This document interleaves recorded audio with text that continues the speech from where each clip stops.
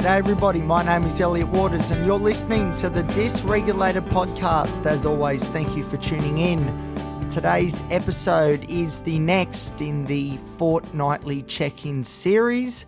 But before we get into that, I'd just like to remind you that you can like, subscribe, give this show a great rating because it's good for the algorithm. And you can follow me on Instagram at elliot.t.waters. And you can follow the show on Facebook by searching The Dysregulated Podcast. All right, so let's see how things have been going over the last little bit. Now, before I start, I do want to say that this episode is not going to be particularly positive. So if you're looking for an uplifting and maybe more comical view, perhaps, of mental health, this episode probably isn't going to be the one for you.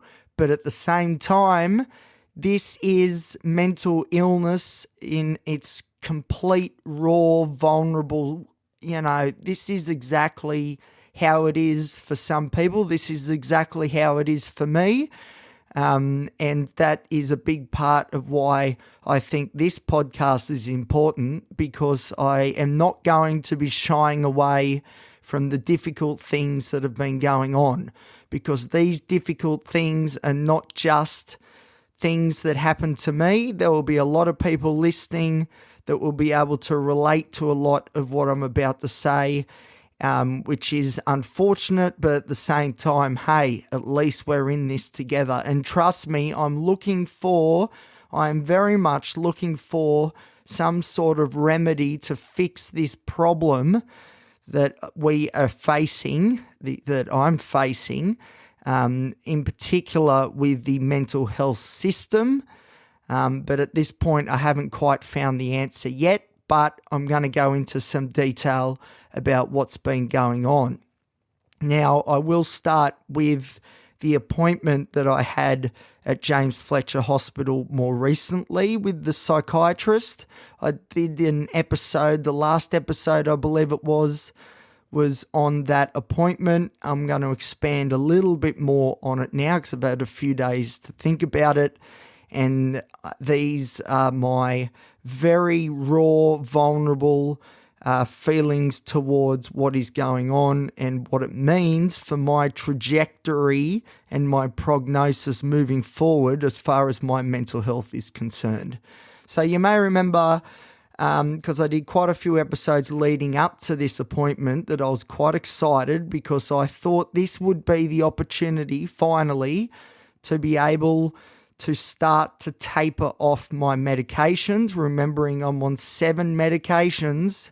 And although I'm on 7 medications, I still feel absolutely rubbish.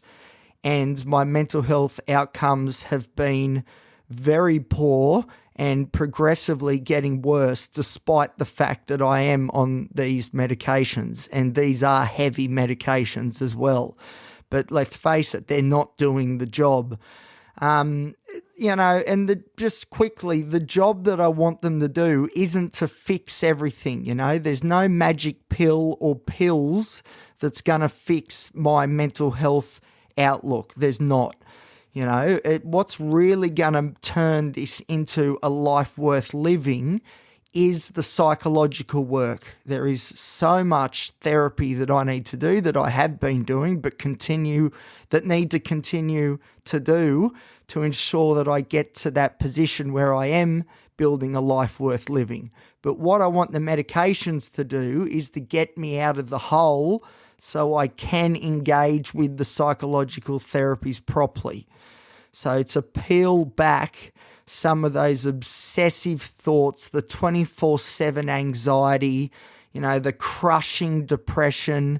A lot of these are driven by emotions that don't have any logic to them, which tells me, this is more of a chemical sort of potential imbalance thing going on. The feelings, the negative feelings, the anxiety, all that sort of stuff, I feel can be alleviated somewhat by the medications. And if that can happen, then I have the freedom and the space mentally to be able to then engage in the psychological therapies properly. Because, I've got lots of diagnoses, from borderline personality disorder to OCD to ADHD to autism to, social anxiety disorder, general anxiety disorder in particular, generalized anxiety disorder. That's a huge one. Some of those diagnoses are very much going to be fixed, hopefully, by psychotherapy. BPD being a classic. Medication does not do much for BPD, but psychotherapy definitely does. But then there's other disorders I've got, like, say, the ADHD and OCD sort of combination. Psychotherapy can definitely help on that front as well. But a lot of the core sort of repetitive, obsessive, intrusive thoughts, and a lot of the ADHD, just unable to concentrate on anything for any long periods of time, a lot of that can be alleviated by medication. So for me, it's obviously, with the array of disorders that I'm battling, a holistic approach is the approach that has to be taken because it's so varied. One thing that I guess is a positive about all the disorders that I have is that my story is quite broad, and I think that's why this podcast is reasonably successful because, I can wear a lot of different hats when it comes to mental health, and a lot of my story, because it does have that wide scope, does seem to relate, to a lot of my listeners, you guys, you legends that support me every time. So that's good. But, the whole aim of this podcast when I first started it was to be my journal, which it has been. It certainly has turned out to be my journal. But it was also to be a bit of, I guess, inspiration for people because it was going to be about me improving over time, and the podcast was going to be a show that showed that there were incremental improvements to be made and to give people hope for that. The problem is, though, of course, especially for the people who have been listening long term, if anything, things have gotten progressively worse, and that's obviously not a good thing. And it's especially not a good thing when I'm on 7 medications. Like if I'm on 7 meds and they're heavy medications, I would expect better results. And that's the argument that I was trying to make to the psychiatrist the other day, which was that, I don't think throwing 1,000 medications at this is going to cut it. We need to, in my opinion, peel it all back, go back to baseline. So taper off all these medications, go back to my baseline, see what we're dealing with, and then go from there. And, I'm a realist, I suppose, in the sense that, for someone with such a complex mental health presentation, I think it'd be naive of me to think that I could get away with this without any medications whatsoever. I just don't think that's feasible.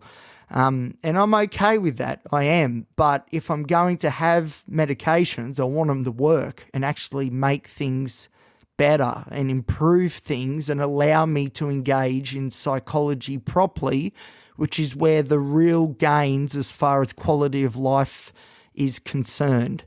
And that has not so far happened, in my opinion, because as I said, things feel as though they're getting worse, and there is evidence that I'm going to produce shortly that shows that in my real world, not just inside my head, in my external environment, there are now signs that things are not going as planned. And I'll talk about that in a minute. So that was the plan going into the appointment, which was to try and get some sort of tapering plan happening, and hopefully, and I was reasonably confident about this, because I've had many referrals sent from my GP that has reaffirmed this idea that he and I believe that an admission to a psychiatric ward would be the best course of action, because these medications, as I said, they're heavy stuff, you know. You don't just taper off pregabalin or Lyrica easily without there being massive rebound effects of anxiety and low mood. Clomipramine, the tricyclic antidepressant, extremely strong antidepressant, old school, lots of side effects, but it's strong. Tapering off such a strong medication that hits serotonin so hard, can cause big problems. Again, a massive drop in mood, a massive rebound anxiety effect, and all the things that come with titrating off antidepressants like brain zaps and nausea and, this is heavy stuff. And there's plenty of other medications too that I'm on that also have their complications, like even propranolol and clonidine, which are first and foremost they're medications for blood pressure, but they're also really, really good for the physical effects of anxiety. But, tapering off clonidine can cause a massive rebound spike in blood pressure. And that's not healthy, especially as someone like me whose blood pressure is elevated as it is. So, and there's a few more meds as well that can cause their own problems. Like, for example, quetiapine, although I've now switched off it, but going into this appointment, I was still on Seroquel. Going off Seroquel often means not being able to sleep for days. And no sleep is really, really bad for people with mental health concerns. Really bad. So, as far as I can tell, this is sort of dangerous territory, and I cannot see a way in which I can taper off these medications successfully in the community, in my own bedroom at mummy and daddy's house as a 34-year-old, remembering that just living here is so triggering because it reaffirms this idea, whether it's true or not, that I'm failing at life, that I'm living with mum and dad at 34. And that's on my good days. I feel like that, if my mood gets worse, those thoughts are only going to get stronger. That could be a recipe for disaster. And the way I see it from all my research and from professionals as well that I've spoken to briefly, the expectation is that things will get worse before they get better. And already things are pretty bloody bad and can't get much worse. So if it's going to have to get worse, I'll be honest with you, I'm scared. I am scared of the pain and the anguish that is coming if I taper off these medications. But the reason I'm doing it is because of hopefully some long-term benefits. There's a word that keeps following me around. I've mentioned it on the show before and I'm sick of hearing it, but I keep hearing it, which is potential. Elliot, you have so much potential. You could do such great things, blah, blah, blah. I'm not dismissing that idea because, the people that say that to me, I respect their opinions and I respect them. And so, although my automatic response is to say that's not true, I'm just Elliot, I'm a loser, whatever, I can't, I am trying to push that aside and agree as much as I can with what other people are saying in my external environment. And it seems pretty consistent that people believe that if I can get my shit sorted, that I can achieve great things, whatever the hell that means. So that was the plan. I went in there with a pretty clear goal that I wanted to start a tapering plan. I wanted to hopefully have an admission where this could be done under supervision, and then we could reassess once I'm at baseline, once I'm off all the meds, and we'll see how I'm really tracking. And then probably we would add 1 or 2 medications back in, because I'm not naive. 7 diagnoses or whatever it is, 8, 7, something like that.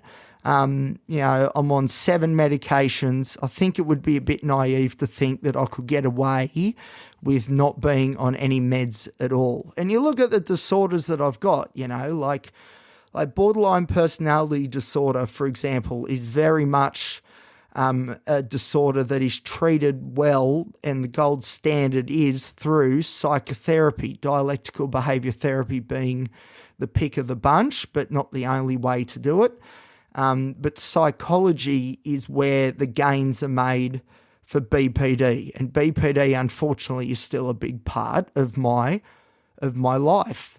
But then I look at some of the other disorders I've got, like OCD and ADHD. They are more, they also, psychotherapy definitely helps with those 2 disorders as well, for sure. But there is definitely a place, for medications for those disorders, definitely. ADHD stimulant medication is the gold standard, and OCD medications like clomipramine, which is what I'm on, the tricyclic antidepressant, it is the gold standard for OCD. But coupled with psychotherapy is where the best gains are made. And things like generalized anxiety disorder, it's a bit of a 50-50 sort of thing. But overall, the best results, and the research is very clear on this, is that a combination of medication plus psychotherapy is almost always the best course of action. Now, my psychotherapy work, my psychologist and I have made some great gains until a few weeks ago. And the reason why the gains all of a sudden stopped and I regressed back into my old ways of thinking is because at the same time I was trying to get help from the New South Wales mental health system to have a full review of my medications and do this whole tapering and withdrawing in a safe space and then starting again. I wanted a real comprehensive look at my condition, which is very complex, and unfortunately I've only really hit roadblocks ever since. I've been fobbed off. I haven't been taken seriously, it seems, and try as I might, I have not been able to convince a psychiatrist in the public system to take me on properly and really invest the time and energy to making me be able to reach this potential that supposedly I've got. And it's hard because I present to these psychiatrists, whether it's in the emergency department at the Mater Hospital or whether it's at the James Fletcher Hospital for the more structured appointments that I have, which is what I had the other day. And there is another one coming up in 2 weeks, and I'm looking forward to reporting on that and seeing what happens.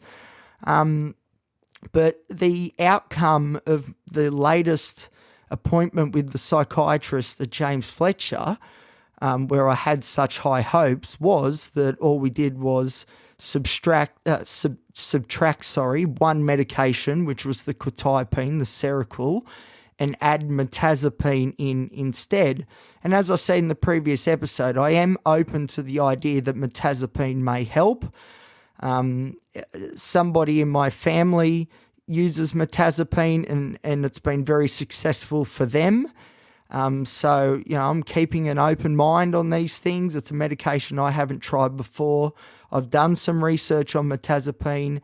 There is evidence that it does help with anxiety, But at the same time, there's evidence that all the other meds that I'm on help with anxiety as well. And I can tell you right now that my anxiety is still as chronic as ever, and it is a 24/7 battle. Even when I'm asleep, I'm dreaming about situations in which anxiety is a huge part of it, like there is no real escape for me from that way of thinking. So it's been hard. Yeah, I left that appointment. I made that episode previously, and I was in reasonably good spirits because I was excited about the fact that mirtazapine might do the job. But I don't know, a few days has passed since, and that excitement has definitely died down because it just feels like, we're just throwing a dart at the dartboard, and whatever medication that dart lands on, we'll just chuck it at Elliot and we'll see how we go. Like the psychiatrist even said, have you been on any SSRIs before? And I was like, God, have I been on any SSRIs before? Of course I have, You don't go on a tricyclic antidepressant like clomipramine unless you've been on some SSRIs or SNRIs before, and I've been on plenty. And I was like, no, I was like, yes, I've been on them, and no, they have not helped. That's why I'm on the TCA, the tricyclic. And, that in itself sort of knocked me off a little bit and made me a bit uncomfortable because, if you read all my notes, and there's plenty of them in my file because, I'm no stranger to the system. Like it says in pretty detailed depth that I've tried all these medications. I've trialed over like 30 medications now, I think I'm up to, across all the different classes, whether it's mood stabilizers, antipsychotics, antidepressants and the different levels of antidepressants, like stimulant medication, even the blood pressure medications that are also now indicated for the physical aspects of anxiety, like clonidine and propranolol. Like, I've tried all them. Like, come on, let's not rehash information that has already been said a million times. Let's look at moving forward instead of looking backwards, and let's come up with a plan moving forward that's going to work. And I just don't think adding mirtazapine is going to be the thing that unlocks my potential. I just don't think it is. But I don't know. It's too early to tell. It is too early to tell. Medications like mirtazapine take a little bit of time to sort of kick in and their effects to be known. As of yet, I haven't noticed any real difference in how I've been feeling. But, again, it is early days and I don't want to jump the gun. So that's a little bit extra, just a bit of extra thought around that appointment at James Fletcher. I do have another appointment coming up in 2 to 3 weeks. It'll be interesting to see how that goes. I'll be pushing again for the fact that I'm willing to do anything to get the help that I need. Because I did mention, I mentioned going back to ISMU, the intermediate stay mental health ward, and I mentioned going to Morisset Hospital, which does deal with a lot of high-risk individuals, especially, and this is what the doctor told me, people with schizophrenia who are a danger to the community. There's the forensic ward for those who have committed criminal offences but have been, under the influence of mental illnesses. They've committed a crime, but they've got a mental illness, but you can't just reintroduce them into the community. So you put them into a psychiatric ward and, try and improve things from there. And I said, I will go to Morisset. I don't care. I'll get there if I need to. And I was told that, usually it's for people with schizophrenia or suffering from psychosis or, And I said, look, if I need to go psychotic to get the help that I need, I'll do it. I will do it. And that is a big call. Let me tell you, that is a big call, because there is nothing fun. I've never been psychotic before, and maybe that's why I'm suggesting that I do it. Maybe because I haven't experienced it and experienced how bad it can be. I have experienced psychotic breaks before, which are sort of mini psychotic episodes where you don't quite go all the way, but you definitely do lose touch with reality for a period of time. Actually, those psychotic breaks probably deserves their own episodes, come to think of it, because it's very interesting stuff. So I'm going to write that on my list. That's coming. Get excited. But, you know, and the other way to get into to Morris said is if you're a threat to other people. And I basically said, what? Look, do I have to threaten to stab somebody to, you know, get the help that I need? Because I'll do that too. Now, don't get me wrong, everybody. I was saying that more for, you know, theatrical effect. I have no intentions whatsoever to bring anybody else into this nightmare of mine. But, you know, I did want to test the boundaries and see, you know, what the response was. And the response was, you know, don't do that. And if you have any feelings of doing that, make sure you present to the martyr straight away. And I was like, yeah, okay, yeah, I get that. But you could tell that is the sort of stuff that is what you got to do to get the help that you need in this system. You need to be psychotic, or you need to be bipolar and manic, or you need to be a threat to yourself, which I can do well enough, or a threat to other people, which is a step that I don't want to take. But the rest of it is sort of on the cards, because I'm getting desperate. I need help. You know, I've got complex mental illnesses, very complex, very dangerous. Borderline personality disorder is dangerous. You know, generalized anxiety disorder, in the fact that it disables me from being able to engage in the world properly, and then the depression that comes with it is very, very dangerous. I'm not going to go through all my diagnoses, but they are all high risk, especially at this point, because they are getting more intense, because I'm not getting the help that I need. And I'm at my wit's end, and I'm not completely sure what to do next, but I am working on that, and I'll let you guys know what that could be. But this is the thing. I don't want anything to escalate from here. I'm already at the point where, you know, my life is suffering big time, and I'm asking myself the question more and more whether it is worth to keep going on. Is it worth the suffering? Because life is suffering for all of us. That, you know, I'm not the only person who's got some things going on. You know, there'll be plenty of you guys listening, I'm sure, that can relate to at least part, if not the majority of what I'm saying right now. This is not an Elliot only problem, that's for sure, but it is an Elliot problem. That is also for sure. And I don't want this to get much worse, because it hurts. It hurts physically, it hurts mentally, and, you know, like, it's a burden that I'm carrying that is just burying me every day, and it's impacting the way that I engage with the world, because I am disengaging with the world, and all this supposed potential I've got that I've been told by people. You know, like, okay, let's say, even though I find it hard to believe, but let's say that I do have all this great potential to do these great things in the mental health space.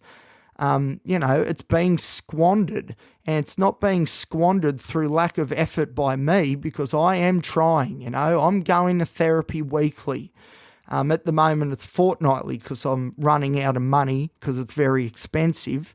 But, you know, I'm doing the work in therapy.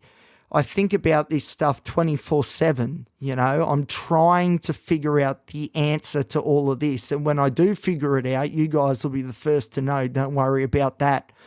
But I need help. I can't do this on my own. I thought for a long time I could, but I can't. I cannot do this on my own. These mental health disorders are too strong for me in my current state. They're overpowering me. They're overpowering me. As much as I'm pushing back as hard as I can, they're pushing back harder. They are. I need some allies in my corner. And I do have some great allies in my corner. I've got some great friends and family and work colleagues and stuff that are really, they're really right behind me. But there is only so much they can do. What I need is mental health professionals to really look at me and go, right, you're my project and I'm going to work on you and we're going to get you to where we need to get you. Like, I'm the most willing patient there is. Like, I've said this repeatedly, I will do anything. Like I said, I will go to Morisset. I'll go to the forensic ward. I don't care. Give me a bed and I'll taper and, I'll just deal with the people that I'm there with. These are my people though. That's the thing. I am mentally unwell, and I have that streak to me that I think would bode well in that sort of environment. Not that I really want to tap into that, but I'm getting very hardened because of what I've been going through, and I do have this part of me, this BPD demon, you could say, that is ready to take on anybody. It is. And I keep it under wraps because I don't want that to happen, but it's there, I can handle it. Bring it on. I don't care, But there's also Bloomfield out at Orange, which I've mentioned a lot about Bloomfield, and I asked about there, getting staying at the extended stay ward out there, I'll do it 3 months, 6 months, longer. I don't care. I'm 34. Now's the time I need to turn this life around before things start getting away from me. Forget about marriage and children and buying my house and all this, which I would love to do one day. I'm more talking about having the energy and the ability to turn this ship around. I think it's a lot easier to do at age 34 than it is at age 64. You know what I mean? I think the time is now to get this happening. But I can't I don't know if it's because I'm not very good at advocating for myself. I don't know if it's because I come across as too insightful into my own situation. I think that's a huge part of it, just quietly. And I don't know what it is, but unfortunately the system just does not want to help. And instead of tapering me off medications, I was told to start a new one, which is the opposite of what I was looking for going in there. So, it's very disheartening because as far as I'm aware, the public system has a responsibility to help people like me, because I've been in the system before and the system has prescribed me the majority of these medications have been prescribed not by my private psychiatrist whenever I can afford one, which has been a long time now. The majority have been prescribed in the public setting. So to me, it's like, you guys have a responsibility to maybe right the wrongs of incorrect medication prescriptions. Isn't the system, I don't want to blame the system, but you guys have put me on all these meds and it hasn't worked. Like, you haven't done your job. Your job's not finished yet because I'm getting worse.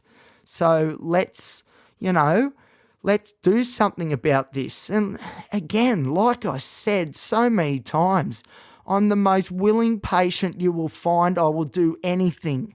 ECT, where they electric shock your brain. It's an old school treatment, but they still use it. They still use ECT. If you think, it's not quite, they don't do lobotomies anymore, which is great. But ECT is still heavy stuff. Your brain is electrocuted. But there's great results come from ECT. The problem is you do get some memory deficits. But hey, I'm getting memory deficits now because of the Lyrica and pregabalin I'm on. I'm getting memory deficits because of the clomipramine that I'm on.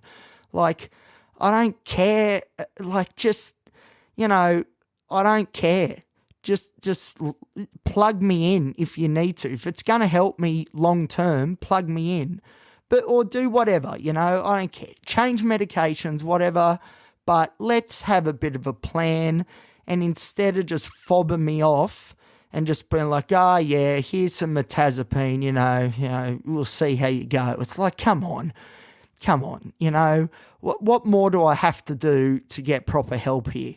And it's getting to the point where escalation seems to be the answer, which I do not want to do, but I'm telling you, my BPD demon inside is ready to go, and my frustration and anger at how I've been treated for so long over the years, and how that at 34, even though I've been getting treated for decades now, that things are getting worse and not better, I'm starting to get really, really pissed off about it. Really pissed off. And when I get in those sorts of moods, that's when the BPD traits, I suppose, tend to come to the fore. And I don't know. I'm not an angry person. I'd like to think I'm measured and, I think things through before I say things mostly, which is something I learnt from dialectical behaviour therapy, which is for BPD. But at the same time, you only live once, and I think I deserve better. That's one thing in therapy that has really clicked, which is this idea that, a self-compassion, I suppose, and a bit of love for the self. And, for a long time there, I didn't believe that I deserved any help and that I was defective and that was the way it was. And, really what I should do is just do the mundane things and live within myself and not create too much trouble because, that's what I deserved. But I've undone that way of thinking through lots of therapy. And now I believe that, I do. I'm a good person. I do good things, I try and help the community. I try and help the people around me. I'm doing a lot of work in the mental health space. And what motivates me to do it is that I don't want other people to have to go through what I am going through because it's not fair and it feels terrible. And I want all of us to live the best lives that we can. And I think the best way we can do that is by helping each other. So I am trying to do that. And I think that's a good thing. And I think people who think like that deserve some nice things in their life as well. I don't know, the old adage of the more you put in, the more you get out. And, good things should happen to good people. And I don't know. I feel like I'm an all right person, and I deserve a bit more.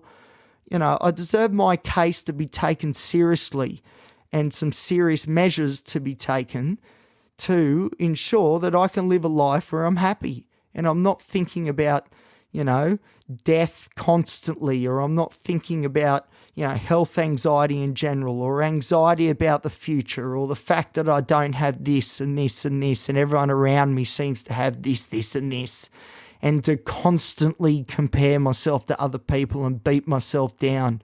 I don't think I deserve that. I don't.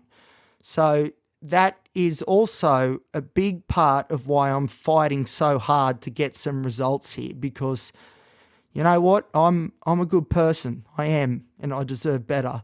And if one of my friends, I'll tell you now, if one of my friends or even work colleagues was going through this and telling me what was going on, I'll tell you what, I would be absolutely appalled. And, like it would just, oh man. And it's taken a long time to have the same sort of, to use the mirror to mirror that back towards me and be like, hang on, let's pretend I'm that friend, And the same now, thankfully, through a lot of therapy, the same respect is given to the self, which is great. And that's what I guess makes me sad in some ways, but pissed off as well, because, I think I deserve better. So anyway, that's the story there. This episode is proving to be quite the in-depth, long look at things, and it's not over yet because there is more news to report about what has happened to me lately. This is very recent, and this one has really been a kick to the guts, I'm not going to lie. So as we know, I work at a job where I work in a timber yard, and I'm a forklift operator, and I am the world's greatest forklift operator, just putting it out there. But in all seriousness, I am a very good operator, and I am because I've been driving forklifts for many, many years now in a lot of different environments, from express freight, transships, transport yards, and now into timber yards, moving big loads, and I've had like no errors. I'm a great loader and unloader of trucks.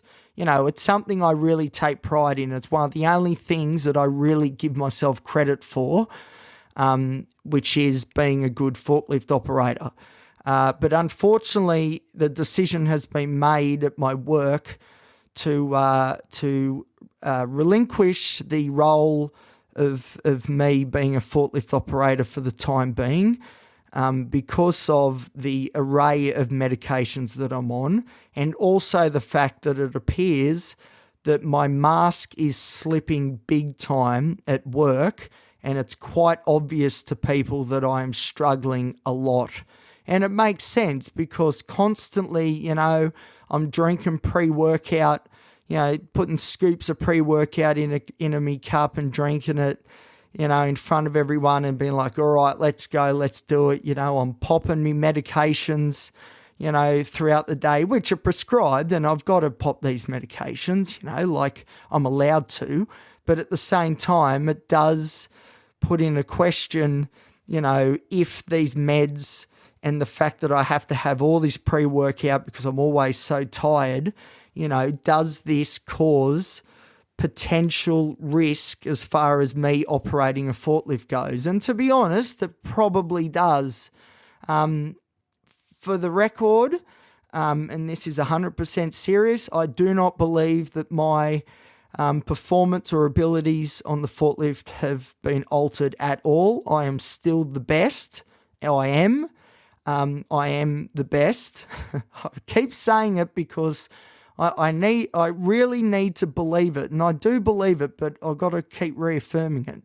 But at the same time, I can see why people would be concerned seeing me, walking around, looking, quite tired and using a lot of caffeine, a lot of coffee to, sort of get through the day, and I'm popping pills and, and some of these medications are sedative, like the quetiapine, the Seroquel is sedative, although I'm off it now and it's been replaced by mirtazapine. It is also sedative. The clomipramine is sedative. There's a lot of medications I'm on. Even the Lyrica, the pregabalin, it can be sedative as well. Obviously, the stimulant medication is at the opposite end of the scale. It sharpens me up and keeps me focused and really dialed in.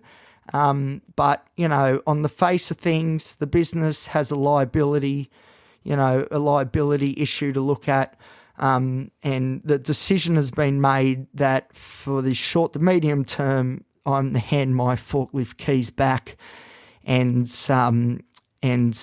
not operate the forklift moving forward, which has been a bit of a body blow, I'm not going to lie, because like I said before, one of the only things that I truly believe I am good at and competent at is being a forklift operator. And it is also one of the only motivating factors I have when I go to my work, because I've said in previous episodes that where I work, it's in retail, it's constant customer focused and customer facing. There are multiple customer interactions constantly throughout my shifts, which I do find difficult, being someone who has autism and social anxiety disorder, and that my social capacity has dwindled so much over time. I do get very burnt out every shift by just the amount of times I have to talk to people, and that is difficult. But when I jump on that forklift, I'll tell you right now, it's mindfulness. That's a term that's used a lot, but it is mindfulness. When I'm on that forklift, I am 100% focused on my task on that forklift, because I am a great operator. I do not let things, deviate my attention from what I'm doing, because it is a dangerous role, and things can go wrong. And if they go wrong, they go very wrong. And I am not risking that. So when I jump on that forklift, I am locked in. And it's really good for my mental health, because often I'm walking around the timber yard, putting stock away by hand and stuff. And I am thinking about my future and the big questions in life. But when I'm on that forklift and I'm doing that concrete wall, or I'm unloading trucks full of timber, and, I am locked in, dialed in, and I do a fantastic job. And the fact that now I can't do that is going to be very hard moving forward, especially when it comes to being motivated to get to work and give it all that I can. And I will give it everything I've got, for sure. I just don't have that escape where I can recharge quickly and then go back to the customer interactions. So it's going to be difficult. There's no real secret that I am looking for new work. I want to do something in mental health. I've had this big question, should I go back into the transport industry, which I did for many years. I worked in transport and logistics and loved it, absolutely loved it. I've always thought I've had a bit of unfinished business in that industry, and I'd love to go back into it and then integrate some mental health stuff into the industry as well. Or the other option has been to go into mental health and work for an organisation doing who knows what, but hopefully something to do with community engagement would be brilliant. But the fact that it's looking unlikely in the short to medium term that I'm going to actually get off these medications, that just about cancels out any chance I have of getting back into transport and logistics, because it's very, very unusual to be able to work in those environments when you're on the sedatives that I am. But the mental health side of things, obviously, don't worry about that as much, because that's sort of, part of the territory. It's part of the game. And that's part of the lived experience that I would bring to any role. So I think that decision, which I've really been mulling over a lot, has now been made for me, which is, to go into the mental health thing full tilt. But it is disappointing, because I wanted to make the decision myself and not have it forced upon me like it has been. But, what can I say? That's life, these things happen. So, and I can't fault my work at all. They've treated this really well. They've given me some time off to have a think about things before I get back to work next week, and I really, really appreciate that. Bunnings Warehouse has been amazing as far as my mental health is concerned for the almost 9 years I've been with the business. So I don't have a bad word to say about the business whatsoever. I've only got good things to say, to report, especially in regards to my mental health. But this has been a bit of a kick in the guts, and it's taking a while to come to terms with it, that's for sure. But anyway, that's life. You just got to cop it on the chin and you've got to move on.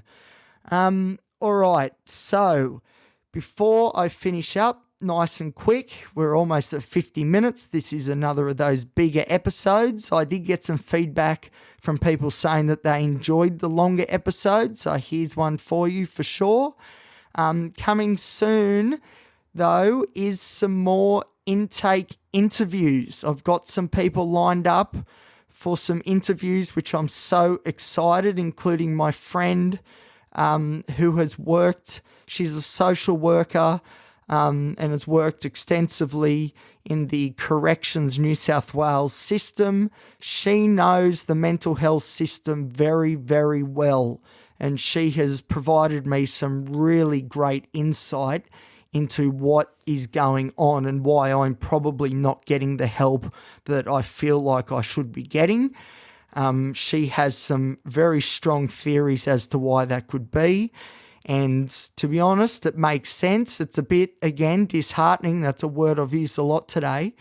It is a bit disheartening, but she will be amazing to interview because she has so much knowledge on this subject and on mental health in general, and I can't wait to get that one uploaded because not only is it going to help, I think you guys, the listeners, I think it's going to help me massively as well. I've got a feeling it's going to be one of those interviews where I'm just sitting there listening and learning and jotting things down.